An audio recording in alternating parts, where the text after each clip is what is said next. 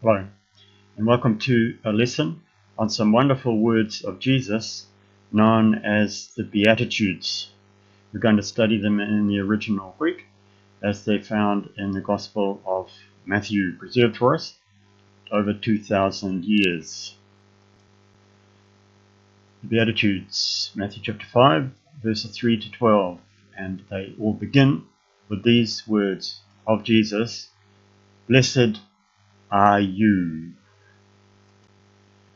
Ludwig Wittgenstein, the brilliant 20th century philosopher, said that language is inadequate to communicate deep truths. There are many things we cannot speak about truthfully or accurately, and then we must be silent, he said. This highlights the difficulties that an even greater genius than Wittgenstein, Jesus of Nazareth, overcame when he did use language to communicate deep and significant truths. Wittgenstein used big words and spoke in air-conditioned lecture rooms to elite students. Jesus used simple words as he spoke under the hot Galilean sun to a group of peasants. The truth has shone out from those words ever since, free to all who wish to accept it. This is the first of a new set of Greek lessons I have written. They work as follows. We will make 4 passes at the Greek text. The first gives word-by-word translation like this: Makarioi oi ptochoi to pneumati, and underneath each Greek word will be the corresponding English word. Then the second sets out some selected points of grammar like this: Makarioi hoi ptochoi, nominative plural subject, these endings. Then the third notes some words that are familiar from English, like this, hoi polloi and pneumatic. Finally, in the fourth, we conclude with the clean text. This is the one you should refer back to and memorize if possible. Look at other screens or whatever reference guides you prefer to check points of grammar or translation, but always come back to the clean Greek text. So let's begin. Makarioi hoi ptochoi to pneumati, hoti auton estin he basileia ton uranon. So the first word, makarioi, is translated, first approximation translation, I call it, as blessed. And we notice that this type of statement is found in the Psalms also. Psalm 1 starts with blessed is the person who. And we also notice that the Latin translation is beati, and that's where we get the word beatitude. So coming down further, hoti, because, auton, of them, estin, is, he basileia, the kingdom, ton uranon, of the heavens. Verse 4, makarioi, again begins with makarioi, blessed, hoi penthuntes, the mourning ones. So this indicates the one word in Greek is translated by these 2 words. Hoti autoi paraklethesontai, will be comforted. And here we have 3 words translating the one Greek word. Verse 5, makarioi hoi prais, the meek. Meek. Hoti autoi kleronomesistin, will inherit, ten gain, the earth. Makarioi hoi penuntes, the hungry ones. Kai dipsontes ten dikaiatsunen, and thirst. The Greek just says thirst, the righteousness, but of course in English we'd have to say something like hunger and thirst for righteousness. Hoti autoi chortastesontai, will be satisfied. Verse 7, Makarioi hoi elemenos, mones, the merciful. Hoti autoi eleethesontai, will get mercy. Makarioi hoi katharoi, clean in the heart. Hoti autoi ton theon opsontai, they will see God. Blessed the peacemaking ones.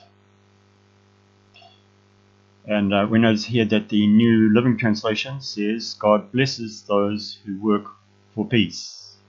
Quite a good translation. Hoti autoi huioi theu klethesontai will be called sons of God. Makarioi hoi didiogmenoi, the persecuted. Heneken, because of dikaiasunes, righteousness. Hoti auton estin, he basileia ton uranon.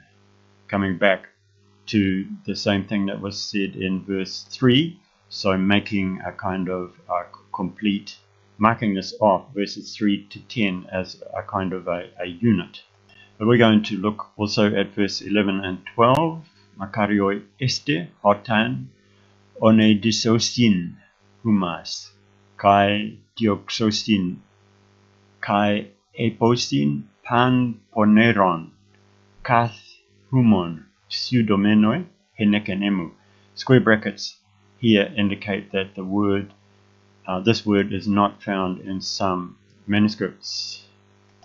Kairete kai agaliaste, and be glad. Hoti homistos, humon polus en tois uranois, hutos gar idioxan tus prophetas, the prophets, tus pro humon. Okay, now we begin our second pass, which is the grammar, and we start with verse 3, Makarioi hoi patokoi. Now this ending, hoi, indicates a nominative plural, and nominative is the case that we use for the subject. Now this particular ending here, oops, didn't mean to select the whole lot, just the O ending there indicates the dative, and we use that for the indirect object. Let's just stop that and try again. There we go. Dative, indirect object. Notice that there is no word are in here. In English we'd have to say, blessed are the poor in spirit. There is an estin for is in the second part. That maybe that indicates emphasis, or maybe it's just a matter of style. The Hebrew translation of this by Delitzsch has no are or is. So this, without the word are or is in the first part here, is perhaps perhaps Greek under the influence of Hebrew, where it's much less frequent. And here we have a genitive plural, and the genitive is the case used to indicate the possessive. So nominative indicates the subject, and it has this ending, some others as well. Dative indicates indirect object and has this ending and this ending. Unfortunately, there's no single ending. Some of these verbs are a little bit irregular and there are other endings, but this one here is especially common, the genitive plural ending, used mostly for the possessive. He basilea ton uranon. So this is here is a nominative singular for the subject. And there we see again the on ending for the genitive or the possessive, the kingdom of the heavens. Verse 4, Makarioi hoi penthuntes. So here we have a different form of the nominative plural. Hoti autoi parakletesontai. Now this here is the third person plural passive future. And this th, known as the theta, is a characteristic marker of passive. When you see that, it would indicate a passive. And the S here is an indicator of future. There we are. Verse 5.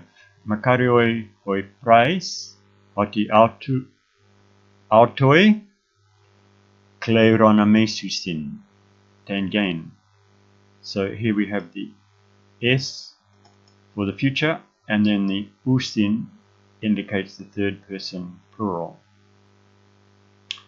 Here, ten gain, and the nun or in ending indicates the accusative singular, and the accusative, remember, is for the object.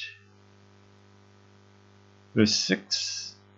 Makarioi hoi penontes kai dipsontes ten dikai sunen, hoti autoi chortas thesontai, because they will be satisfied. So again we have the third person plural, passive, future. 7. Makarioi hoi eleimones, hoti autoi eleithesontai. Again, the third person plural passive future. And more comments coming on verse 11. Third person plural active here. And genitive, here we have genitive plural. And here we have a genitive singular ending. Okay, and the next grammatical point we'll comment on is this ending, which is the dative plural. And now third person plural aorist or past. And this at the beginning of the verb is an indicator of the aorist. And the aorist is used for past. And this an ending gives us a third person plural. And here we have two forms of accusative plural endings, and just coming back again to the familiar and common genitive plural. I've mentioned this in my other lessons, my numbered Greek lessons. The Zondervan Study Guide, Biblical Greek by William D. Mounce. It's a very convenient little thing in one A4 openable sheet. It gives you all the basic information about Biblical Greek grammar. I'm just picking out different bits and pieces here and there, but if you want to see everything set out, then you can get this, which I recommend. Very useful. Okay, so our third pass through now, we'll look at some English words that come from these Greek words. So this oi ending, we see it in these Greek words that have been borrowed into English. Hoi polloi, meaning the people, or the common, the common people. So there is that ending, oi, oi. And this word pneumati, from this we get the English word pneumatic. In Greek we should pronounce the P, pneumati, but of course in English we don't, pneumatic. And estin is actually related to the word is, and even more closely to the French and Latin est. He basileia, kingdom, from that word we get the name Basil, and uranon, from that we get the name of the planet, Uranus. Just another comment here before we pass over it. Luke omits. Luke has a parallel section to this, where he gives the Beatitudes, very similar to those in Matthew, but a little bit different. He omits these words in spirit. I'll comment a bit more about that later.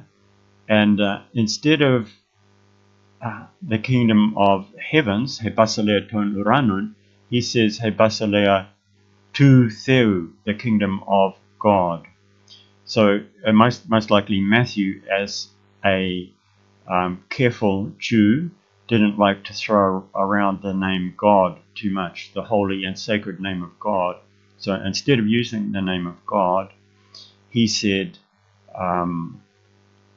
just the kingdom of heavens. Paraklethesontai, from this we get the word paraclete, referring to the Holy Spirit. And tengain, geometry, just the GE part at the beginning. Dipsontes, dipsomaniac. Yes, there we have it.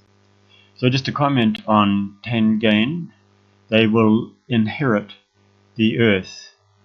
Well, first on this, inherit, first approximation translation, but it also comes to mean just possess or obtain. Now the earth, they'll obtain the earth.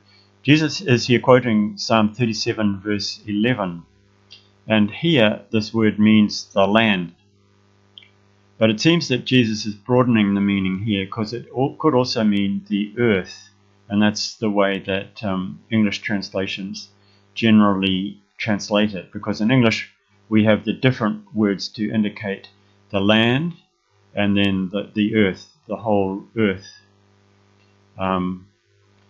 So in Psalm 37:11, it's probably just indicating the land, but here Jesus broadens it, I think, to indicate the whole earth, the world. In contrast to the other rewards promised, this one seems very this worldly, material and tangible. Evidently it's to be fulfilled at the end times and in the new heaven and the new earth that we read about in Revelation. Also comment, because Luke doesn't say ten dikaisunen. He just says those who are hungry now. Luke just says, blessed are those who are hungry now, because they will be satisfied. So why the difference? My guess is that Matthew is adding explanation to make clear what he thought Jesus meant, whereas Luke is happy just to present Jesus' words as he said them. The Gospel of Thomas agrees with Luke. And a comment on verse 7, those who show mercy, because mercy will be shown to them. Appropriate justice, which is a common Bible thing. Carrying on, makarioi hoi katharoi, the clean, and so in English we have the word cathartic, and then cardia, in heart. In English we have the word cardiac, just borrowed directly from the Greek. And then verse 9, makarioi hoi erenapoioi. This is translated part by part into Latin. Erene, peace, and then here's the Latin word for peace, pax, and poioi, making, is the same as this Latin fi, so on. So this pacifist is a part by part translation of the Greek word, but of course pacifist has come to mean a slightly different thing in modern English, people who are against all war. But its original Latin meaning, following the Greek, was those who make peace. And then we get another name from this, Irene, from peace, and then the words Irenic spelt two different ways in English.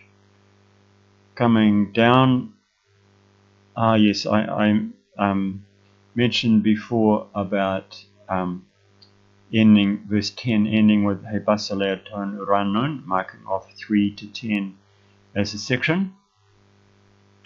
Coming to verse 11, we note here that we go to the plural. Verse 11 and 12 switch to the second person plural. This is just part of the rhetoric, part of his speech making.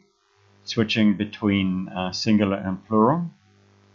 In fact, the Jesus' discourse carries on in the second person plural just about all the way to chapter 6 verse 17, when he switches back to second person singular, and then verse 19 back to plural, and then verse 22 back to singular. Okay, pseudomenoi. From this we get the English word pseudo, meaning a false one. And then polus, we borrow this word as poly, as in polygamy, married. To prophetas, well, we borrow this word directly, prophets. And then pro, as in prologue, words written before. So they persecuted the prophets, the ones before you. And so a prologue is something that's written before the rest. And so now we conclude with the Beatitudes, the clean text. And I advise everybody to memorize this. Don't use your memory in learning vocabulary lists or grammatical tables. Much better off to memorize the actual words of Jesus, and then let the grammar and the meaning of the words just sink in the way that people normally learn their language. What children learn their language by memorizing vocabulary lists or tables of forms. No, every native speaker of a language just learns it by letting it wash over him or her, and letting the computer inside your brain sort it out. Here you have the double advantage, because these are the wonderful words of Jesus, where he achieved something that Wittgenstein couldn't, and he's expressed these wonderful truths about the deep meaning of everything and what is really important. He's expressed them for us in simple and clear words. It's interesting to me too that commentators talk about the reversals in these statements. The poor are going to get the whole kingdom, and all of these show reversals. Things are going to be turned upside down, Jesus is saying, and it makes me think of occupied France during World War II, when as long as the Nazis were in power, you were punished, for example, sheltering Jews, but very soon the whole thing was turned upside down, and you were rewarded for having sheltered Jews. And so that's what Jesus is talking about here. The soon to be turned upside down world. Well, this world is the one that's upside down, and soon Jesus will return to turn everything the right way up. So here we are, these wonderful words in Greek going all the way down to verse 12.